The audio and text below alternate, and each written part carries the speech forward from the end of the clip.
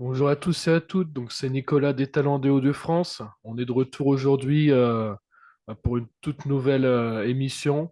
Voilà, après un an et demi d'absence, on va dire hein, à peu près.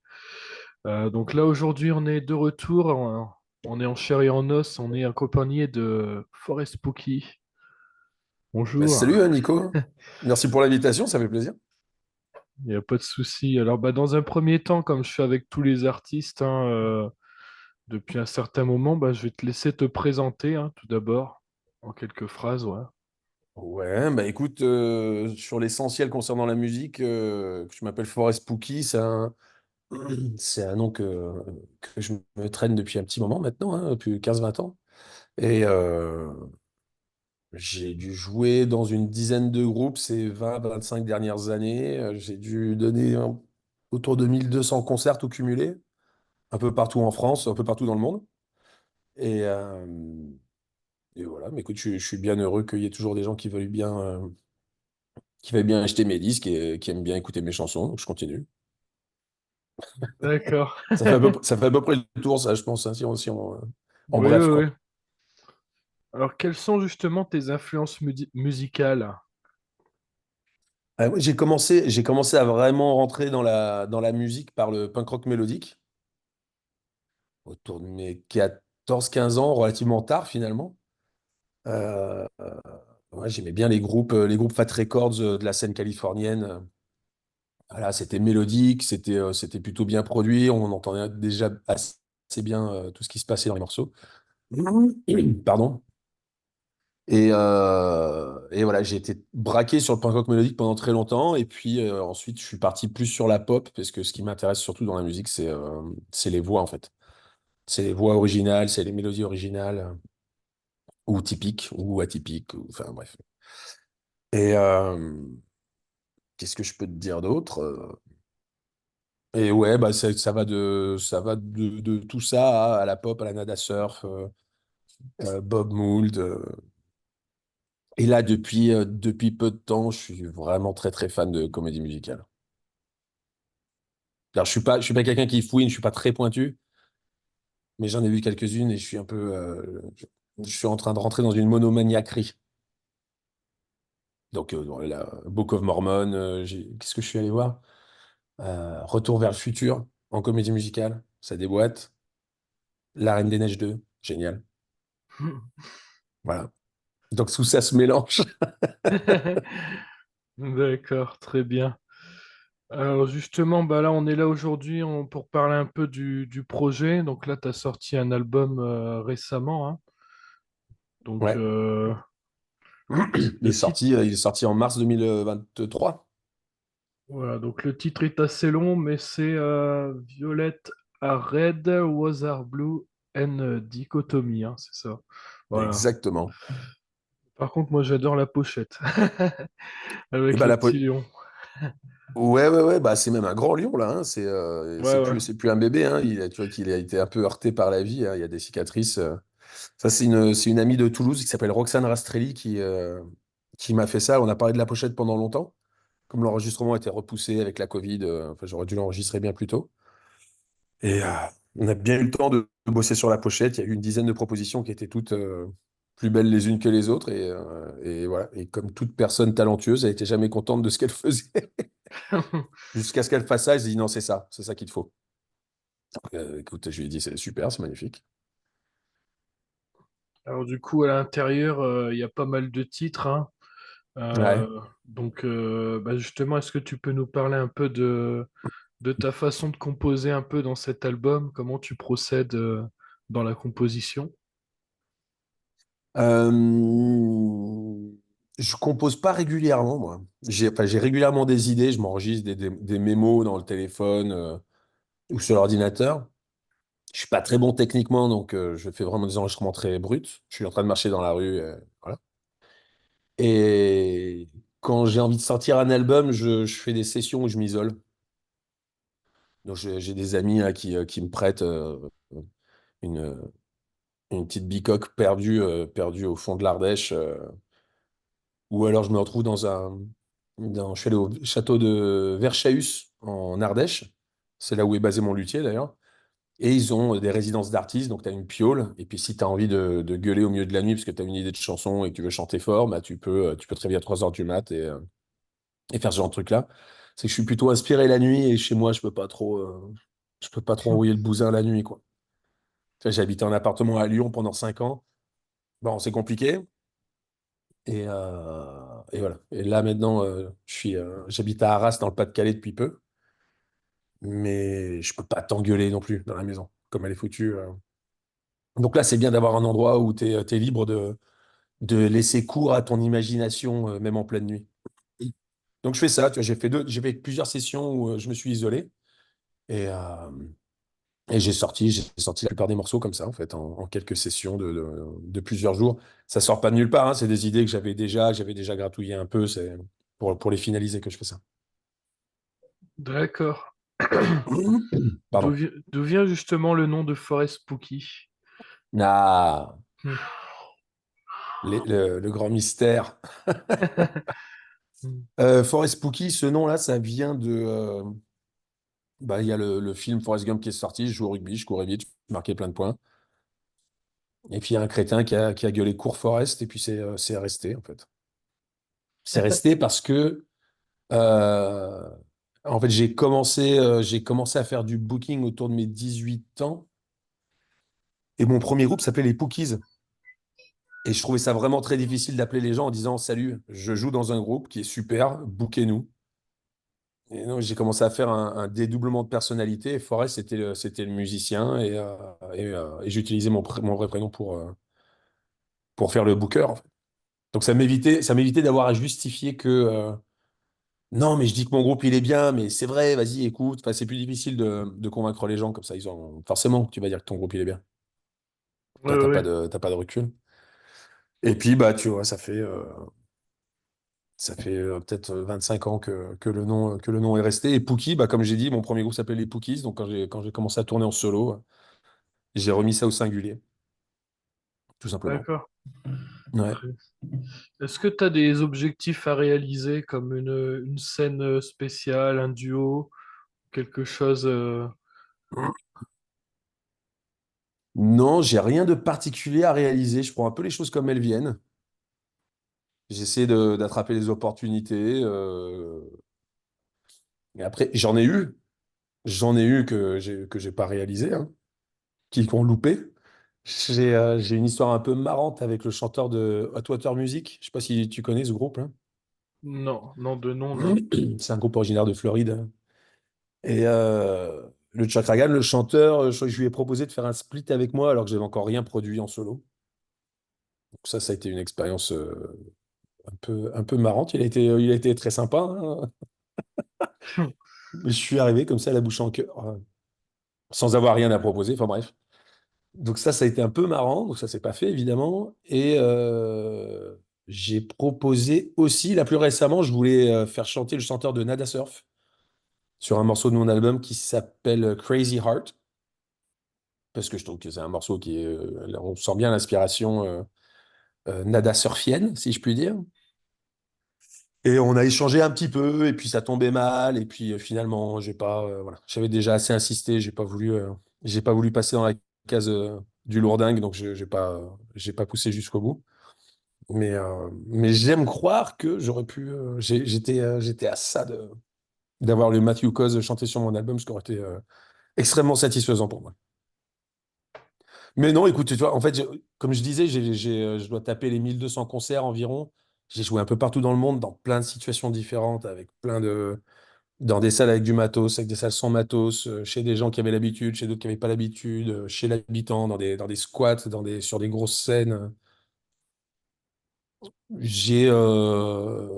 Voilà, je suis en tout. Si j'avais un but, en fait, j'aurais réfléchi, mais pardon, hein, je me racle la gorge, c'est pas très agréable. S'il y avait un truc que je devais mettre en avant sur mes envies, ce serait de jouer dans des situations les plus improbables possibles. Je suis très content de jouer sur des grandes scènes, sur des belles scènes, tout ça, hein. Je souhaite en faire encore beaucoup. Mais tu vois, l'été dernier, j'ai parlé à un mec qui faisait du parapente. Et pareil, on a parlé de peut-être sauter en parapente et de jouer un morceau en l'air. Ça aurait été super. Bon, ça s'est pas calé, ça, mais. Enfin voilà, si j'avais des envies, ce serait plutôt ça, des choses un peu inattendues, surprenantes. D'accord. Est-ce que tu as actuellement des projets futurs en cours de réalisation? Notamment, je vois actuellement, là, en suivant les réseaux sociaux un peu, hein, qu'il y a un clip qui se prépare, etc. Ouais, ouais, bien sûr. Je vais pas m'en débarrasser de cette gorge, hein. Je laisserai tes doigts magiques faire l'œuvre au montage, hein, pour pas que ce soit relou. Ouais, ouais, bien sûr, il y a plein de projets. Il y a donc un clip qui se tourne pour le titre qui s'appelle Marvelous. C'est le deuxième titre de l'album.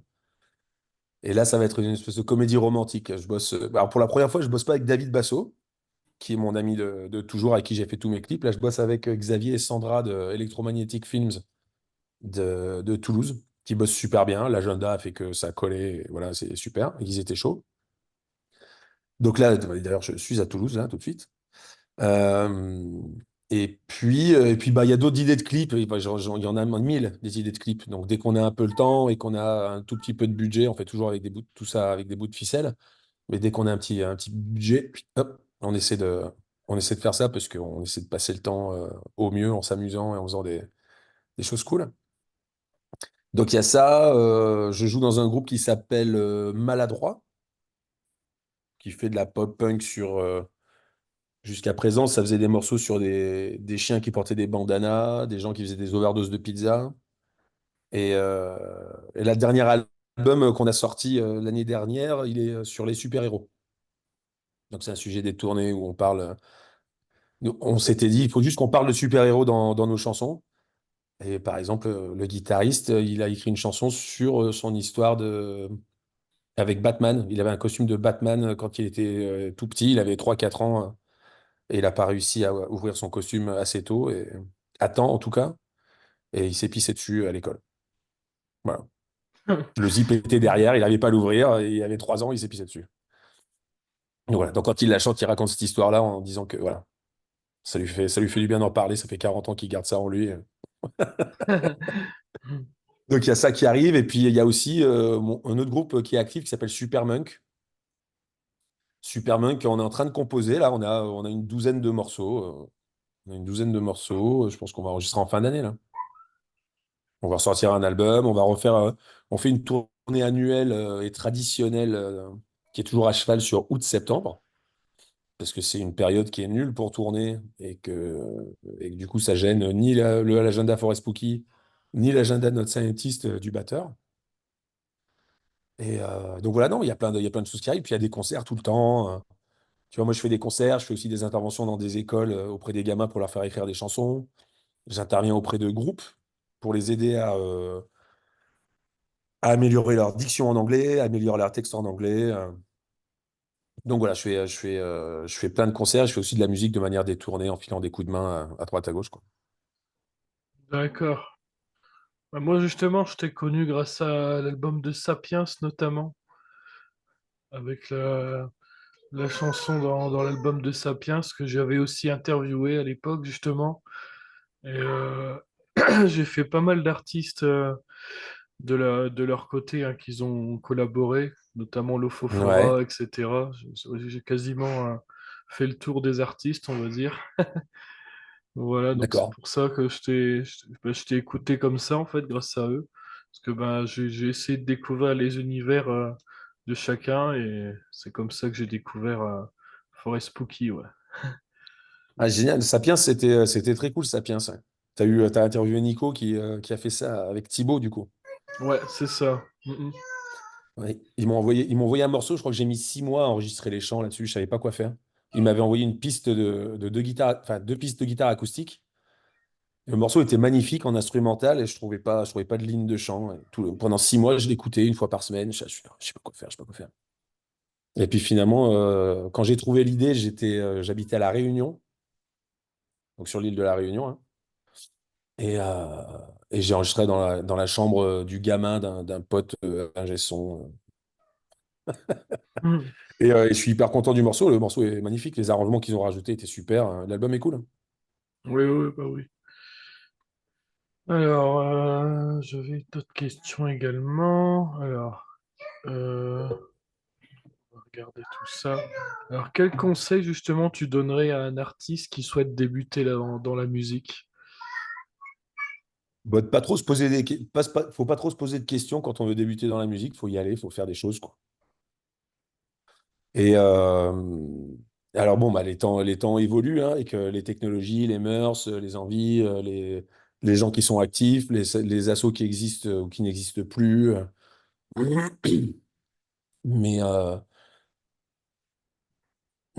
bon, après, non, c'est vrai que des conseils, mis à part celui-là, je vois pas trop. Faut faire ce que tu as envie de faire et puis et le faire au mieux surtout. Le faire au mieux, être proactif. Je pense que c'est le meilleur conseil qu'on puisse donner à n'importe qui, que ce soit dans la musique ou dans autre chose d'ailleurs, hein. Si on attend que les choses tombent ou qu'il y ait la magie du producteur qui passe par hasard à côté du local de répète en disant Hey, je viens d'entendre ce que tu fais, je suis en train de promener mon chien, c'est génial. Viens, je mets 1 million de dollars sur ton projet. Bon, on est d'accord que ça n'arrive pas. Non. Et que tous les gens qui ont du succès, qui sont riches et qui font rêver tout le monde, c'est des gens qui bossent comme des ânes en permanence, quoi.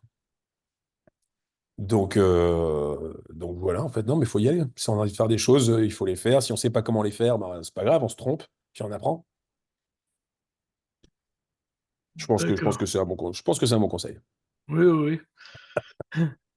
Et sur quel réseau justement on peut te trouver pour trouver un peu les albums, les concerts, etc.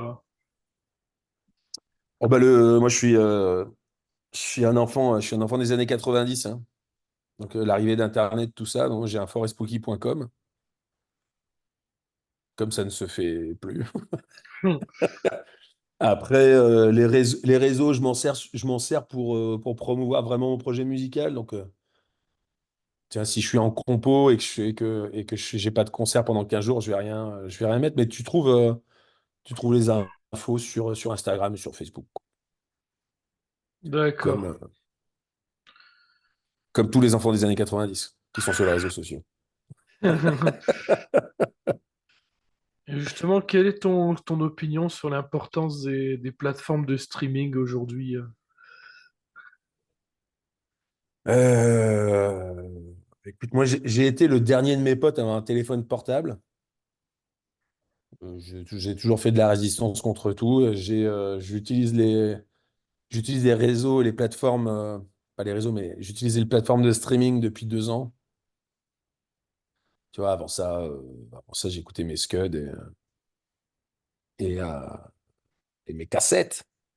Mais écoute, non, bah, c'est pratique. C'est pratique à utiliser, c'est sûr. Tu t'habitues vite, hein. De toute façon, on a une capacité d'adaptation incroyable en termes d'utilisation d'outils. Écoute, je sais pas trop. J'ai pas, c'est comme ça. Je me pose pas trop de questions, moi, sur tout ça. C'est un peu, comment dire? Je vais faire une image super, mais c'est un peu la vie de distribuer des cartes et puis tu joues comme tu peux avec, quoi. J'ai l'impression que tous ces outils, moi je suis musicien, j'arrive, bon bah j'imagine que je suis à donf dans le vinyle disparaît, t'as le CD qui arrive, bon bah voilà, c'est des nouvelles cartes, faut jouer avec, les cassettes arrivent, le streaming arrive, bon bah écoute, faut. Voilà, je fais pas partie des gens qui sont capables de prendre des décisions et qui ont des idées très pointues sur le sujet. Voilà. Moi j'ai mon domaine de compétences il est pas dans la critique de tout ça, quoi. Je pense que ça rend aussi, peut-être, ça rend quand même la vie sur la route un peu plus dure pour les artistes qui dépendent plus de la vente de disques et de t-shirts pour faire vivre leur projet. Parce que les gens achètent moins de disques aussi en ayant tout à portée de main dans leur téléphone. Mais, euh, mais voilà, écoute, l'outil en soi est bien. Après, tu peux partir dans les répartitions et les royalties et tout ça. Je suis pas très pointu. C'est pas un sujet auquel je me suis trop attaqué, donc je peux pas trop en parler. Mais. Donc, je viens de te donner une non-réponse à cette question. Je viens de ne rien dire pendant 1 minute. Voilà, voilà. Ben moi, je pense que j'ai fait un peu le tour hein, dans tout ça. En Ouais. tout cas, c'était super de t'avoir accueilli. C'était gentil d'avoir répondu à l'invitation, du coup, hein. Ouais, non, bah écoute, ça fait plaisir, merci, hein. Je suis flatté que tu m'aies proposé de passer un peu de temps avec moi. Voilà, voilà. Bah, sur ce, n'hésitez pas à aller voir justement sur les réseaux sociaux à rechercher Forest Spooky, hein, si vous voulez suivre son aventure, les concerts, et si jamais il y a des futurs albums, tout ça, n'hésitez pas. Alors bah là, ouais, ouais, faut y aller. Et puis surtout, je suis facile à trouver parce que j'ai pas fait exprès, mais je suis le seul Forest Spooky dans le monde. Il y a personne d'autre qui s'appelle comme ça. C'est bien d'avoir un nom unique quand même, parce que c'est vrai que quelquefois on choisit un nom de groupe et par exemple, ça se peut qu'il y ait déjà un ou deux ou trois groupes qui existent déjà avec ce nom-là. Et donc là, pour se démarquer des autres, c'est plus la même histoire, quoi. Bah ouais, ouais, ouais, ouais. Ouais, comme je te l'ai dit, il y a eu une histoire en fait sur ce nom, hein. J'ai pas fait exprès, mais c'est super. Bah voilà, Bon, en bah tout merci beaucoup, cas, Nico. En tout cas, c'était très sympa. très bien. Bah, je te remercie.